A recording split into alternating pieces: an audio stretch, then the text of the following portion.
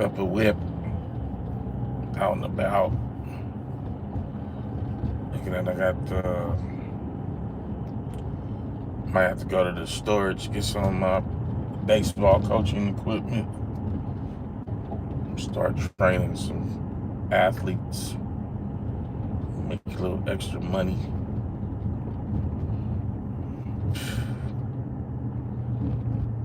Man, they tried to destroy your boy, man. I ain't even land on my feet. I landed like suspended in the air between two walls. You know, gotta have a bunch of stuff going on. Some trades. If you need some of your beats or your songs mixed, I do all that too. Hit me up. I got coaching, baseball, football, basketball. I'm kind of like, in terms of like one-on-one coaching, I'm more of a team basketball coach. I have a AAU championship 2007. That's when I didn't even know how to coach basketball either.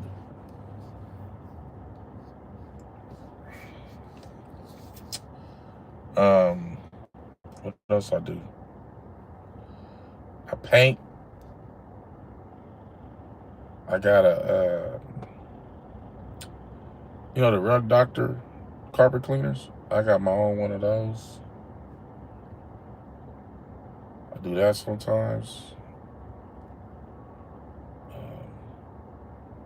I can fix drywall, but you got to get somebody else to come paint it and all that, meshing the paint together. That's something I could learn. But I used to hang drywall.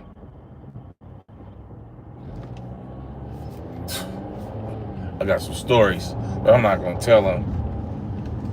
I used to hang drywall anyway. Somebody owed me some bread. But anyway, I used to do drywall. I used to do it so good that whenever I did something like hung a television or on the wall or the ceiling in my apartment, and then I would fix it, the people who manage the apartment or the people they send to fix stuff, I'd be like, hey, look right here. What do you think about this wall? They'd be like, that looks good. I almost want to ask them, like, what do you think if it was a bunch of holes drilled into that wall? Could you see it? But I didn't need to because they couldn't see it. That little texture spray is good. They got the little texture spray at Home Depot and Lowe's. You just gotta stay far away. You gotta do it quick. And if you mess up, like the first time I did it, I think I messed up the first little area, so I just wiped it down before it dried. Did it again, and that was the one where I asked the people what they think. It was like, oh, look good, it looked just like the rest of the wall, and then they got the different kinds of texture too.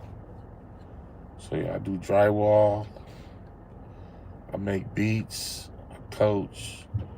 I'm an athletic director by profession. I mean, that's what I ultimately went to school for. I got a master's in athletic administration, and I have a traditional master's in business administration. Those degrees are from Ohio University in Arizona. In between jobs right now, so I'm just using all my little trades and my degrees. I'm just hustling. I'm just out here hustling. I'm looking for whatever I can get,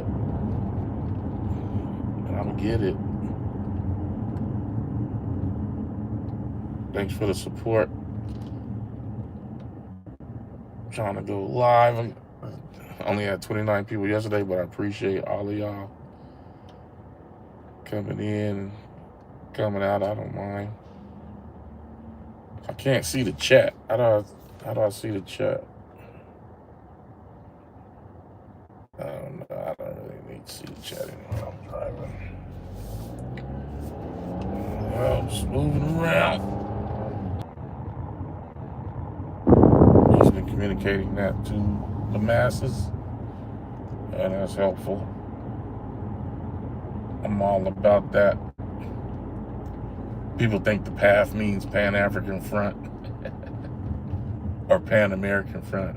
It means Papa and Fef. Me and my cousin Fef started a recording studio like 1990 in my uncle's backyard. There was a swimming pool back there. I mean, all we needed was the internet, man. I mean, we had internet in the house, but it was dial-up. We wasn't posting no videos, and if we did post videos, it was so. I don't even think you could post a video back then. It would be so pixelated. You get the astrons on there and just look like hitting or something. But man, I mean, if we had the internet, I mean, we had pre-production with the little Tascam 488, so we did go to. We used to go to K-Lou Studio to mix. Started at K-Lou Studio before we had our own studio. That's when K-Lou was up there in Hilltop. My mother started a daycare, so we moved up to Hilltop. I was 2 or 3 blocks away from K-Lou. I used to literally carry my mixer and my turntable, which was a realistic turntable. I didn't have no technique or nothing. I mean, my mother, I couldn't bring nothing stolen in the house, or I couldn't afford it. I wasn't about stealing stuff anyway. But for my love of hip hop, my mother was like not on whatever's coming in and out of the house. I probably would have done that, but I'm glad I didn't. But, yeah, we started that studio back there.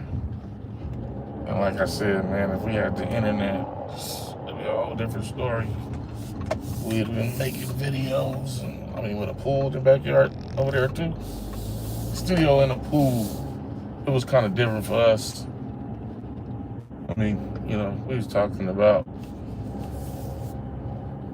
our temperature. We wasn't like a Tribe Called Quest, but our temperature was that of the native tongues, kind of, you know. Faf was, he'll battle, but he wasn't really, you know, battle rapper. He was a cipher, he'll cipher rapper, but he wasn't really into, like, he got into the knowledge of self stuff later. But I didn't rap, so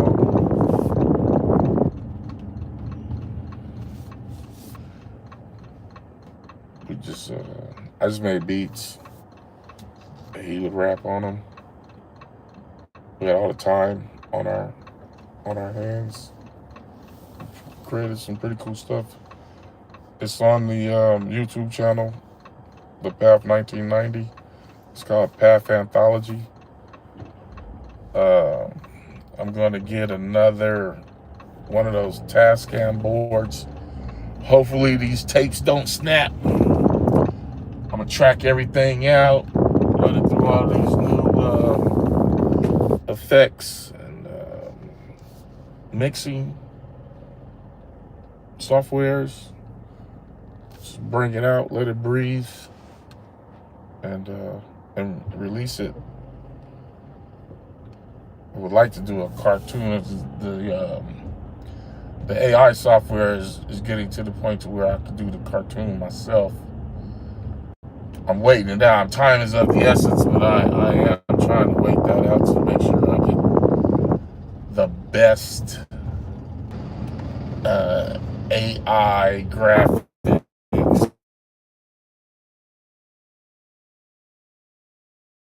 thing of AI is, I just spent like hours trying to get like a cartoon. The software is getting so good to the point now where you just pretty much catalog your characters and make sure you establish them and their names, some other little traits and stuff, and it'll stay pretty where it'll still take a long time to get everything done. So I figure around this summer they should have all of the stuff ready to go. Start working on the cartoon. I gotta get everybody's like, you can see some images of it on the TikTok. My TikTok is King Christian 206. I have 2 images on there. Let me know what you think. And those images are going to be the foundation of the series. And so what you can see right now is you see a picture of us overlooking, we're standing in Richmond, which is basically the Bronx of the Bay. Like Compton's like it's the Compton of the Bay. It's Bronx is the Compton and Richmond of New York, and Compton is the Bronx, Richmond of LA. So we're looking over, it's an expanse of water. You can see the Golden Gate Bridge, and then you can see, I don't know exactly what bridge it is, but even the perspective from Richmond is the perspective from the Bronx looking at New York. And then there's a Tuskegee Airman flying across. And then I put the embark beat on, like we're embarking a journey to save hip hop. Shout out to La Russell for, I mean, this young brother got a pickaxe, and he's breaking the ground on saving hip hop, so it can be used for what it was originally intended for, which is teaching the masses. Teaching the masses. So that's what we're embarking on with the first part of it. And this is all kind of, the setting is kind of like the 1990s. I don't know, I might have some portals. I might take it to the next level. I'm gonna try to keep it as simple as I can so people can follow though. But right now, I mean, not right now, but in the story. So we're gonna have that. We'll start the journey, and then you'll see you can see on the second picture how me, Faf, and Mystery X. I think AG's in the car too. AG didn't go down with us, but you know, it's a story. So he'll be in the car with us in that Cadillac. That was my uncle's and my auntie's Cadillac, Faf's parents, and we used to drive that thing around the Bay Area on Friday and Saturday nights. We were like 16, 17 years old in that Cadillac. People were like, who's these cats? But yeah, so that's we're going down to perform at the Good Life Cafe, which we went down there to perform at the Good Life Cafe. Like, yeah, we had the studio, so it must have been 91 or 92. I think it was 91, actually. Yep, cool. I'm about to be out. 1.